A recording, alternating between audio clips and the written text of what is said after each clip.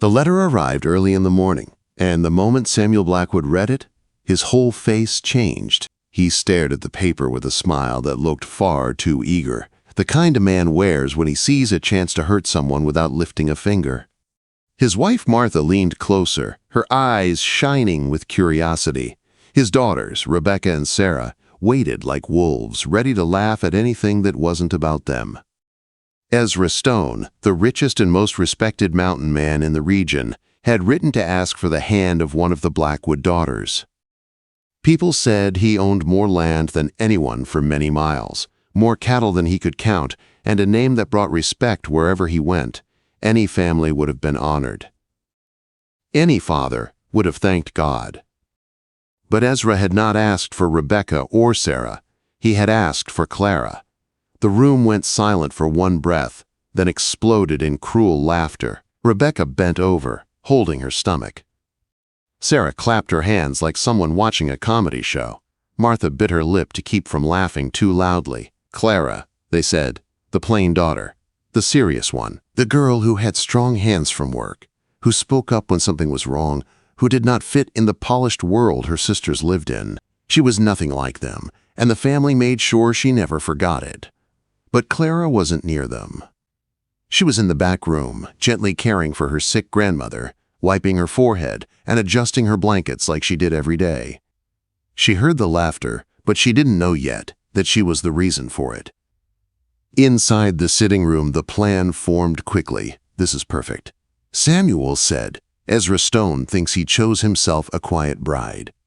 Let him see what he really gets. He has no idea who Clara is, Martha added. He'll be stuck with her before he even understands. And she'll be far enough away, Rebecca said smugly, that we won't have to deal with her anymore.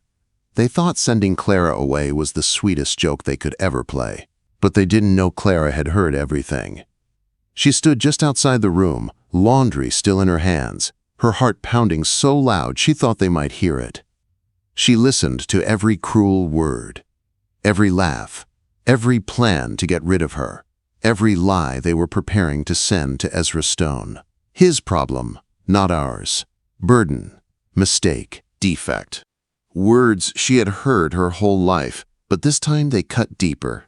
Something inside her cracked. For years she had tried to be a good daughter. For years she had worked the hardest chores, stayed quiet when treated unfairly, cared for her grandmother, and tried to help others in town when she could. But her family never saw any of it. They only saw what they wanted to see. Clara wiped her face, steadied her breath, and stepped away from the wall.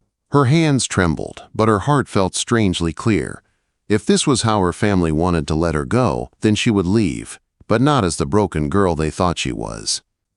She would leave with her head held high.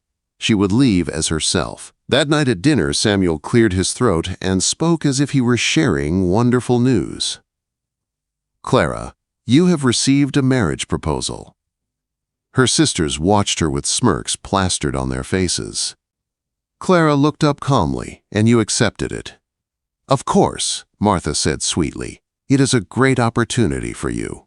A blessing, Rebecca added. A miracle, really. Sarah whispered under her breath. Clara nodded once. When do I leave? Monday. Samuel said, your future husband wishes to meet you then. Only 5 days. 5 days until her entire life changed. She finished her meal silently, not arguing, not crying. Her mind was already working, already preparing. Maybe this was the moment she needed. Maybe leaving this house was not punishment, but freedom. And maybe, far away from these walls, someone would finally see her for who she really was. In another valley, Ezra Stone paced his porch, looking out at the wide fields he had built with his own hands.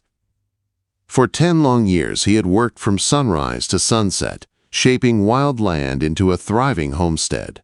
He had everything a man could want: land, reputation, strength, but no one to share it with. And every time he thought about marriage, one memory always returned. The memory of a young woman standing in a marketplace, defending an old man who had been wrongly accused. The way she stood firm, fearless, ready to face anyone who tried to harm the weak. The way she gave away her own money without hesitation. He had never forgotten her. Clara Blackwood. That day, 5 years ago, something had settled in his heart like a seed. Something he could never ignore. So he wrote the letter. Not to ask for a beautiful bride. Not to ask for someone trained to smile and stay silent, but to ask for the woman who had shown courage when no one else had. The woman who acted from the heart even when it cost her something.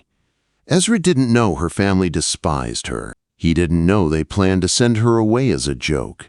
He only knew she had a fire inside her that he had never seen in anyone else. And he prayed that when she arrived on Monday, she would still be that same woman. Monday was coming fast. And when Clara arrived at Ezra Stone's homestead, both of their lives would change forever, far more than either of them was ready for. Clara reached Ezra Stone's homestead just after noon. The wagon stopped in front of a wide wooden porch, the house standing tall and solid against the open sky. It was the kind of place built by hands that never gave up, the kind of place that held stories in every board and every fence post. But Clara barely noticed the house. She noticed him. Ezra stepped out slowly, wiping his hands on a cloth after finishing some work. He was taller than she remembered, stronger, older too, but the eyes, those steady brown eyes, were exactly the same. The same eyes that had watched her in the market 5 years ago. The same eyes that had seen something in her no one else ever had. He walked toward her with calm steps. "Miss Clara," he said, his voice deep and gentle. "Welcome." Something warm moved through Clara's chest, but she managed a small curtsy. "Thank you, Mr. Ezra." They stood there for a moment, both unsure what to say.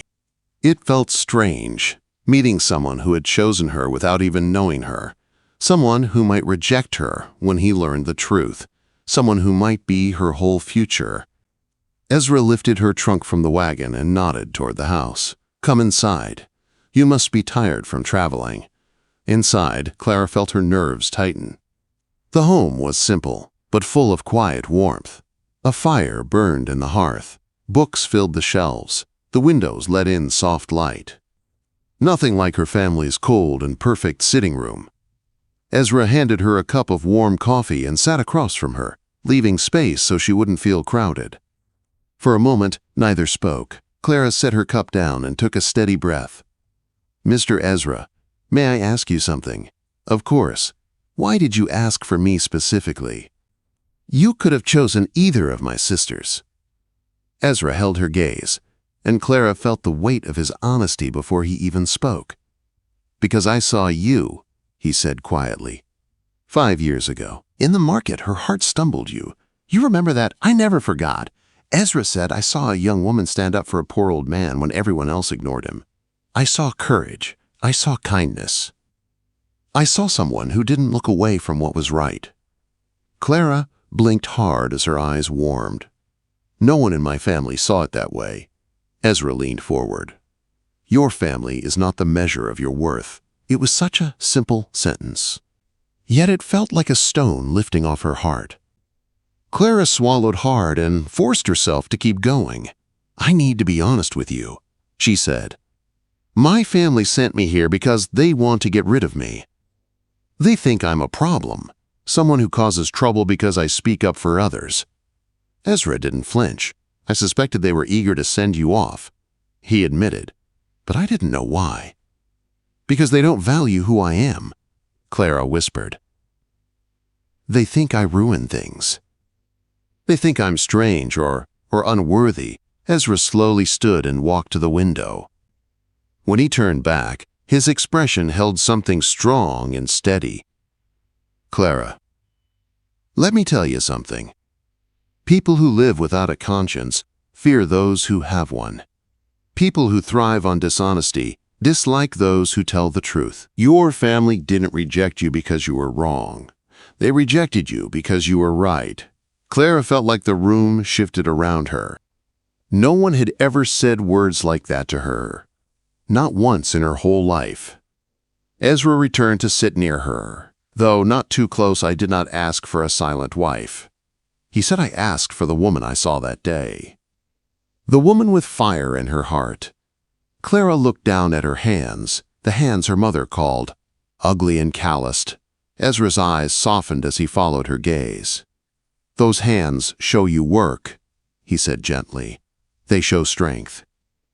They show character." Clara felt something break open inside her, something she didn't know had been locked away. "Mr. Ezra, you don't know me," she whispered. "That's why I want time," he replied. "A few weeks. No pressure, no rush. We'll learn each other. And then we choose, together, if we want this marriage." Clara lifted her eyes. "You would give me a choice."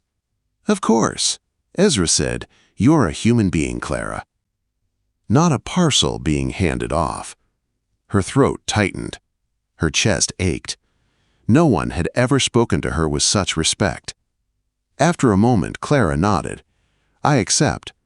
I'll stay. And we'll learn each other honestly." Quote, Ezra's smile was soft, real good. That first week changed everything. Ezra showed Clara the fields, the barns, the cattle. She offered ideas he never thought of. He listened. He asked questions. He valued her words in a way no one ever had. "Why aren't the water troughs connected?" she asked one afternoon. "If you link them, they wouldn't run dry so quickly during drought." Ezra stared at her, stunned. "You're right. They worked together. Walked together. Talked late into the evenings. With every moment, Clara felt her fear fading and something warmer taking its place. One night, while watching the stars, Ezra said quietly, "Clara, I have a confession." Her breath caught. "What is it?" "I never planned to fall for you so quickly," he said, "but I am." Every day, Clara's heart jumped. Her hands trembled. "I feel the same," she whispered. "I didn't expect it, but I do." Ezra stepped closer, only an inch May. Clara nodded. Their kiss was gentle and warm, like two hearts recognizing each other for the first time. When they pulled apart, Ezra rested his forehead against hers. "Clara," he said softly, "I want to marry you, not because of the arrangement, but because I want you." Quote, Clara felt tears fill her eyes, but they were not sad tears. They were the tears of someone finally seen. "Yes," she whispered, "I choose you too." What Clara didn't know was that her family was about to learn the truth, and the shock waiting for them would shake their entire world. Clara and Ezra were married on a warm Saturday morning in the small church of Pine Valley. The sky was clear, the bells rang softly, and everyone who truly cared about them filled the wooden pews. Workers from the homestead came with their families. Friends from neighboring ranches hugged Clara like she had always belonged with them. Even people she had once helped in town arrived with small handmade gifts. Her family didn't come. They sent only a cold letter with a short congratulations, and Clara dropped it straight into the fire. She felt nothing. Not anger, not sadness. Just freedom. Ezra stood at the front of the church wearing his best coat, his hands shaking slightly. When Clara entered in her simple blue dress, his breath left him. Her hair was braided, her cheeks warm with color, and her eyes shined with something he had waited years to see, peace. As she walked toward him, Ezra whispered under his breath, "Thank God her family didn't keep her." They exchanged vows that held no lies. Ezra promised to honor her voice, her heart, and her fire. Clara promised to stand by him as his equal, his companion, his truth-teller. Their kiss sealed more than a marriage. It sealed a life built from respect, not control. The celebration went long into the night. Music filled the air. Children ran through the fields. Clara laughed freely, her face glowing in a way she never had before. Ezra kept his hand on her back, unable to stop looking at her, as if making sure she was real. But peace never lasts long before someone tries to disturb it. 3 months later, a familiar carriage appeared on their road. Samuel Blackwood stepped out, looking smaller than Clara remembered. His shoulders sagged. His eyes darted around, taking in the large barns, the new irrigation systems, the healthy cattle, the schoolhouse Clara had helped design for workers, children. Ezra came to stand beside Clara instantly, his hand resting protectively at the small of her back. "Clara," Samuel said, removing his hat, "I need to speak with you." She didn't move. "Say what you came to say." Samuel swallowed hard. "Our family is facing trouble. The magistrate was arrested. Investigations are happening. We may lose everything." Clara stayed silent. Samuel continued, "I hoped maybe you could speak to your husband. Ask him to help us financially, temporarily." Until things settle, Clara stared at him for a long moment, stunned not by the request, but by the fact he believed she owed him anything. "You sent me away as a joke," she said quietly. "You wanted me gone. You wanted Ezra to suffer because of me." Samuel looked away. "We misjudged. But you're still our daughter." "No," Clara said. "A daughter is loved, supported, appreciated. I was none of those things to you." Ezra stepped forward then, his voice steady as stone. "Mr. Blackwood, my wife speaks the truth. You didn't send her here out of love. You sent her here because you underestimated her. And me." Samuel's jaw tightened. "Are you really going to let her talk to her father like this?" Ezra looked him straight in the eyes. "I married her because she speaks the truth. If you can't stand to hear it, that's not her fault." Samuel tried one last time. "Clara, please." Clara's voice softened but held steel. "I warned you about corruption. You ignored me. I tried to stop the harm. You stopped me. Now the consequences have come, and you want me to save you." Samuel opened his mouth, but no words came. Clara continued, "If I help you now, you'll go right back to the same schemes. I won't support that." Tears of anger filled Samuel's eyes. "You'll regret this." "No," Clara said calmly. "I regret ever believing I needed your approval." Samuel climbed into his carriage, slamming the door. The wheels kicked up dust as he drove away, shrinking into the distance. Ezra wrapped his arm around Clara. "You didn't owe him anything." Clara leaned against him, letting out a breath she had held for years. "Ezra, did I do the right thing?" Ezra kissed her forehead. "You were true to yourself. You were true to yourself. That's always right." That evening, they ate dinner together in the warm, peaceful home they had built. Clara watched Ezra laugh, watched the firelight dance across the walls, and felt something she had never felt in her childhood house. Belonging. Purpose. Love. She thought of her family, their cruelty, their scheming, their pride, and felt no longing to return. They had sent her away thinking she would ruin Ezra's life. Instead, they unknowingly delivered her straight into the arms of a man who treasured her. Ezra reached across the table and took her hand. "You know what your family never understood?" he said. "What?" "That their ugly daughter was the most beautiful person they ever had, and they were too blind to see it." Clara's eyes warmed. "And what did you see?" Ezra smiled softly. "Everything I ever wanted." Clara felt her heart settle deeply into her chest, steady and full. She wasn't unwanted anymore. She wasn't the family burden anymore. She was Clara Stone, wife, partner, beloved, and she was home.